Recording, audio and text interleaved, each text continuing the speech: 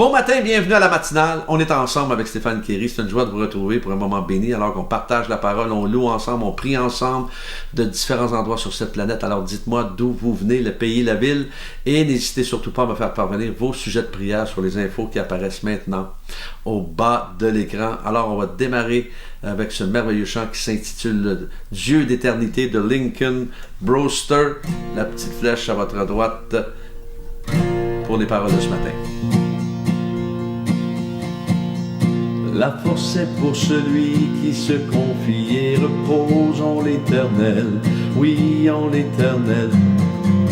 La force est pour celui qui se confie et repose en l'Éternel, oui en l'Éternel. Oh Dieu, tu règnes à jamais, tu es le Dieu libérateur.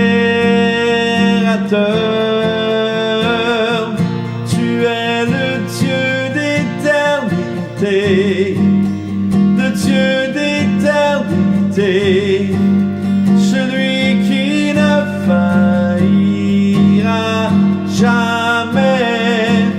Tu soutiens le cœur affligé, le cœur découragé. Comme l'aigle, je peux m'élever. La force est pour celui qui se confie et repose en l'Éternel, oui en l'Éternel. La force est pour celui qui se confie et repose en l'Éternel, oui en l'Éternel. Oh Dieu, tu règnes à jamais, tu es le Dieu libérateur.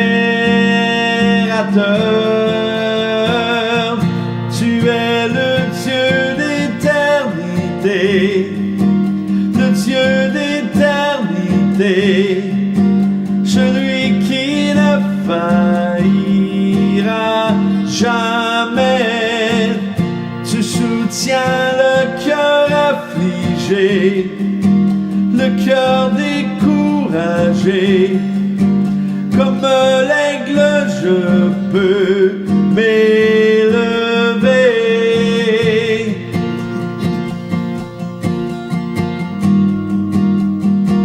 Tu es le Dieu d'éternité,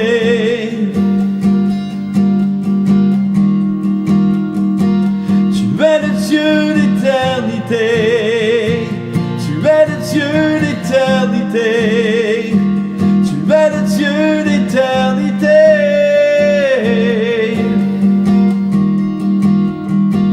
Tu es le Dieu d'éternité, tu es le Dieu d'éternité. Le Dieu d'éternité.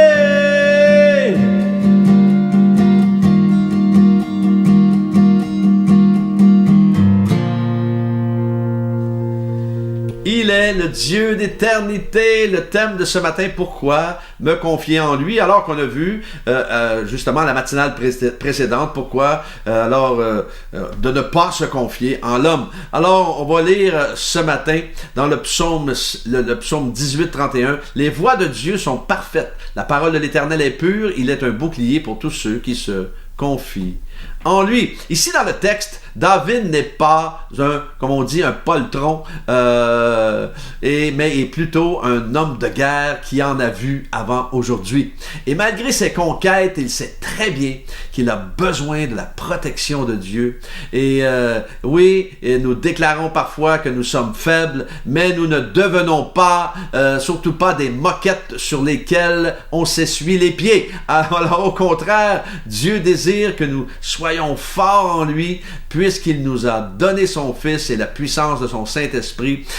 Selon le commentateur Warren Wiersbe, les images de ces versets révèlent que Dieu a développé un grand guerrier, un chef compatissant et un homme pieux, parce que David a fait confiance à Dieu. Celui-ci lui a permis de courir, de sauter, de combattre, de vaincre l'ennemi. Il pouvait traverser une troupe en courant, escalader un mur ou bondir comme un cerf dans les montagnes. Il ne s'agit pas d'une glorification de la guerre, car Dieu l'a entraîné à mener ses batailles et à protéger Israël afin qu'il puisse accomplir ses desseins sur terre. David n'a pas envahi d'autres pays simplement pour ajouter des territoires à son royaume. Alors, évidemment, David a bien sûr combattu pour la liberté de son peuple. Et aujourd'hui, si nous sommes libres, pensons-y un instant, et si nous nous remémorons une journée comme le 11 novembre, par exemple, tous les ans au Canada, nous appelons ça le jour du souvenir, c'est qu'il y a des soldats qui ont donné leur vie afin que nous vivions libres. Et lorsque tu t'engages comme soldat, tu t'engages à donner ta vie pour ton pays. Et c'est pour ça que j'ai beaucoup de respect pour ceux qui sont dans les troupes armées. Et Paul dira à Timothée, justement dans ce texte de 2 Timothée 2, 3 et 4, « Souffre avec moi comme un bon soldat de Jésus-Christ. Il n'est pas de soldat qui s'embarrasse des affaires de la vie s'il veut plaire à celui qui l'a enrôlé. » Alors vous et moi sommes des soldats de Jésus-Christ pour combattre pour la liberté spirituelle des gens autour de nous. Et si nous avons donné notre cœur à Jésus, nous sommes enrôlés dans l'armée spirituelle de Christ et nous n'avons pas de temps à perdre pour nous embarrasser des affaires de la vie. Alors comprenez-moi bien ici, même si nous sommes chrétiens, nous devons gagner notre pain, nous devons gagner notre vie et il faut aller là où Dieu nous envoie avec les capacités et les talents qu'il nous a donnés. Ça peut être dans le business, ça peut être dans la médecine, ça peut être dans la construction ou l'enseignement. Beaucoup, malheureusement, vont associer la foi, c'est pour les faibles. Pour ma part, Dieu est mon bouclier. Pour ma part, Dieu est ma forteresse, ma force, mon appui. Et c'est lui qui me fortifie dans mes moments de tempête. C'est lui qui me guide lorsque j'ai besoin d'une direction pour ma vie. C'est lui qui m'aide à passer au travers des périodes stressantes et angoissantes. Le psaume 118, 14, ça dit « L'Éternel est ma force et le sujet de mes louanges, c'est lui qui m'a sauvé. » Vous vous souvenez de ce vieux chant? « L'Éternel est ma force et le sujet de mes louanges. L'Éternel est ma force. C'est lui qui m'a sauvé. » Ah là là là là, quel souvenir. Alors, l'apôtre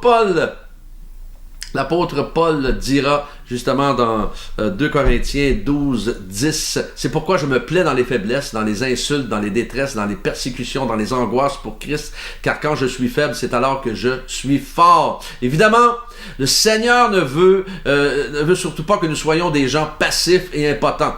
Lorsque nous déclarons être faibles, au contraire, comme quelqu'un disait, nous ouvrons à sa puissance. Alors aujourd'hui, vous pouvez continuer à jouer au fier si vous voulez, mais ce genre d'attitude ne durera pas. Et il y a seulement sa puissance qui peut faire la différence dans notre vie aujourd'hui. Et si nous voulons gagner, nous ne pouvons pas être à moitié engagés.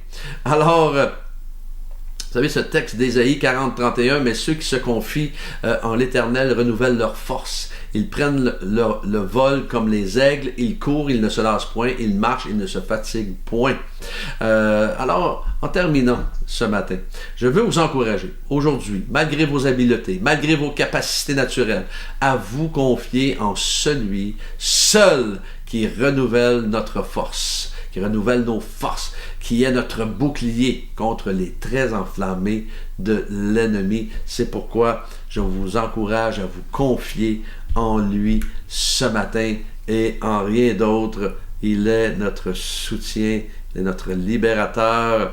Alors, nous allons prier, si vous voulez bien, ce matin. Nous prions pour Anaël et Benjamin, pour leurs études, afin que tu leur ouvres des portes, un ciel ouvert sur Anaël et Benjamin,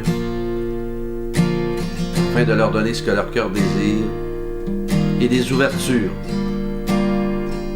Merci de les conduire, merci de poser ta main toute puissante sur eux dans le nom de Jésus. Merci pour Sylvie, qui vit la dépression en ce moment, touche-la de la tête aux pieds, renouvelle-la, rafraîchis-la par la puissance de ton Saint-Esprit, de ta paix, de ta joie. Et pour tous ceux et celles peut-être qui sont connectés aujourd'hui et qui ont besoin d'une paix dans leur cœur, qui ont besoin d'être renouvelés, rafraîchis à cause de l'angoisse, à cause de la dépression, à cause de la crainte. Au nom de Jésus, tu les visites maintenant, là où ils sont, dans le nom de Jésus. Seigneur, merci pour mes frères et sœurs connectés si fidèlement chaque matin. De les garder, de les protéger durant cette journée, de les conduire, de conduire leurs pas. Et Seigneur, je prie qu'ils puissent prendre cette habitude de se confier en toi, de te consulter, de venir devant toi lorsqu'ils ont des besoins, peu importe les besoins, Seigneur, qu'ils puissent venir à toi et ouvrir leur cœur, être transparents devant toi. Protège-les, garde-les, bénis-les, comble-les, conduis-les durant toute cette journée encore une fois. Et merci pour ta fidélité envers nous, que ta bénédiction accompagne chacun et chacune ce matin connecté dans le nom de Jésus. Tu es le Dieu d'éternité, le Dieu d'éternité, celui qui ne faillira jamais. Tu soutiens le cœur affligé, le cœur découragé. Comme l'aigle, je peux m'élever.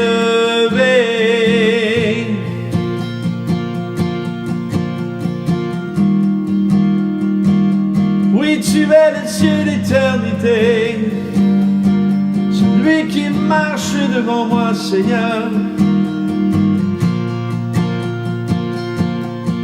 Oh oui, je m'abandonne dans tes bras d'amour, Seigneur.